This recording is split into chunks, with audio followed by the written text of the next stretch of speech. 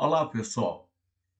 Vou abordar as justificativas principalmente para o System Thinking, ou pensamento sistêmico, que é uma abordagem qualitativa, mas que se aplica também a System Dynamics, ou modelagem computacional. Meu nome é Niraldo José do Nascimento, eu sou professor, pesquisador e consultor nessa área na qual atuo há mais de 20 anos.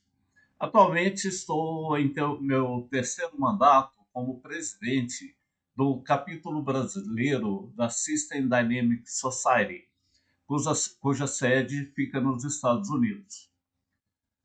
Bom, então vamos começar.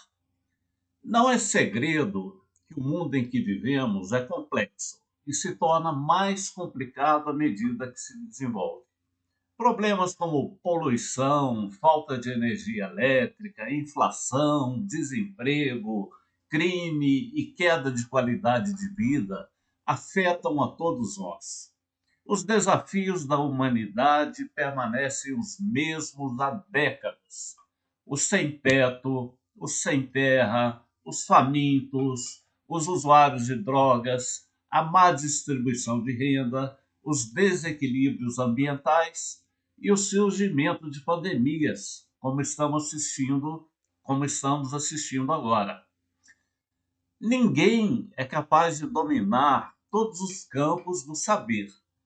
Porém, quando pedimos ajuda aos especialistas, eles mesmos parecem meio confusos e isolados da realidade, discutindo entre si e dando atenção apenas às partes isoladas dos problemas que se encaixam em suas especialidades. De fato, parece que quanto mais as pessoas aprendem sobre a parte do mundo em que estão inseridas, mais difícil se torna a compreensão do mundo como um todo. Então, o que devemos fazer? Focar nossos problemas e ignorar o resto? Infelizmente, o resto invade nossas vidas particulares de modo tão inoportuno que é impossível ignorá-lo. Repentinamente, o mundo em que vivemos é transformado por mudanças econômicas, novas tecnologias ou mudanças políticas. Essas forças podem estar além do nosso controle, mas à medida que compreendemos como elas funcionam, é possível antecipar os acontecimentos e se preparar para conviver com as mudanças. Precisamos compreender o mundo que nos envolve, no mínimo, para sobreviver. Existe uma metodologia para aprender a lidar com esse mundo ao nosso redor, esses problemas, em toda a sua complexidade. Trata-se do System Thinking, ou pensamento sistêmico, que engloba a System Dynamics, ou a dinâmica de sistemas, a simulação computacional, como eu disse no início. É um campo de estudos desenvolvido a partir da década de 50 no MIT, o Massachusetts Institute of Technology dos Estados Unidos, sob a supervisão do professor Dr. Jay Forrester. A complexidade é a característica central da maioria dos problemas, tanto do setor privado como do setor público. A globalização introduziu novas interdependências na maioria das áreas de política, o que significa que os governos não têm o controle exclusivo sobre o sucesso ou o fracasso das políticas, ou como as empresas e os cidadãos percebem suas ações. Além disso, as sociedades enfrentam problemas perversos, problemas que não têm uma causa única ou solução. Além disso, a digitalização da sociedade, da economia, está criando novos modelos de negócios, serviços e demandas, mas também destruindo práticas e conjuntos de habilidades existentes e, assim, produzindo novas desigualdades que temos que enfrentar.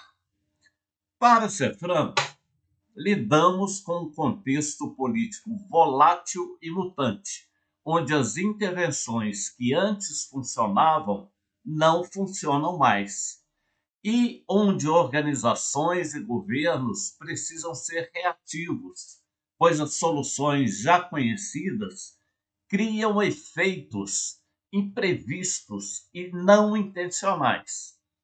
Isso significa que como nos posicionamos se torna cada vez mais importante do que o que fazemos, porque a ideia de permanência e as melhores práticas estão desaparecendo.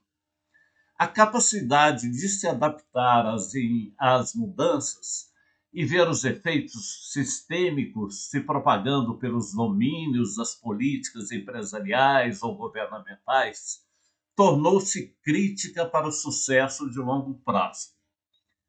As empresas, instituições e sistemas do setor público, eu pergunto a vocês, estão hoje preparadas para se adaptar a essas mudanças? Eu, sinceramente, acredito que não.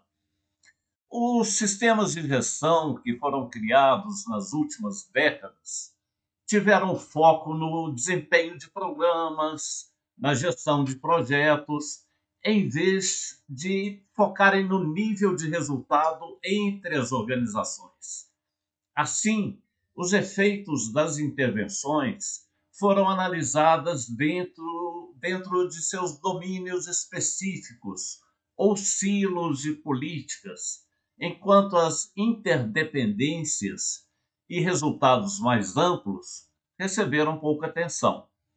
Isso tem provocado muitas críticas com o surgimento de novas políticas orientadas para a missão, que são horizontais por natureza e requerem diferentes capacidades e métodos de trabalho. As capacidades, tanto das empresas como dos governos, não devem permanecer estáticas. É fator de sobrevivência nos adaptarmos às mudanças sociais e tecnológicas. Assim, não resta nenhuma dúvida: precisamos mudar nossos métodos de trabalho e inovar o desempenho de nossas organizações. E como o pensamento sistêmico pode ajudar? Aplicar uma lente sistêmica a problemas complexos pode ajudar a mapear a dinâmica do sistema, explorar as maneiras pelas quais as relações entre os componentes do sistema afetam o seu funcionamento e determinar quais intervenções podem levar a melhores resultados. Assim, o pensamento sistêmico pode ajudar a esclarecer a necessidade de inovação e as ferramentas e métodos que disponibiliza podem ser a solução para as missões do século XXI, onde os problemas e objetivos estão mudando e os métodos para adaptar as instituições precisam também refletir essas mudanças. O pensamento sistêmico torna-se uma fonte de inovação quando realmente há espaço para mudar as estruturas e o funcionamento dentro das empresas, de acordo com as necessidades sistêmicas. Caso contrário, as organizações irão ignorar essa complexidade associada aos problemas porque não têm meios de como lidar com toda essa complexidade com eficiência. E, alternativamente, os funcionários começam a se concentrar fortemente em detalhes técnicos, selecionados, que sentem que eles têm controle sobre aquilo e podem cumprir as tarefas, criando a falsa sensação de que cumpriram sua tarefa, fizeram o seu propósito, cumpriram as ações que lhes foram demandadas. Às vezes, uma série de mudanças incrementais se torna uma fonte de mudança cumulativa. Muitas vezes, no entanto, as intervenções em várias camadas, por mais bem intencionadas que sejam, não farão diferença alguma, porque não tratam das questões interconectadas, da escala das questões de forma adequada. Não se trata de culpar os formuladores das políticas empresariais ou os funcionários.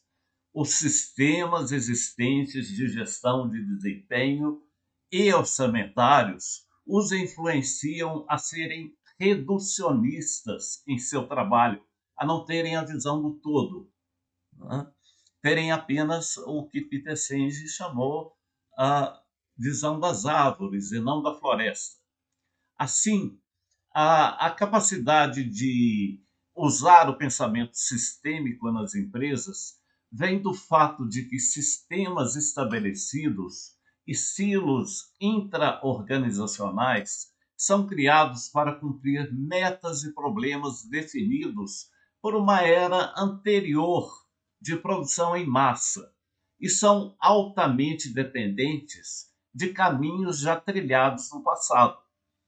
Consequentemente, a reforma sistêmica é necessária para processos mais adaptativos e reflexivos, de modo que o pensamento sistêmico possa ser efetivamente aplicado em áreas específicas, especialmente em inovações.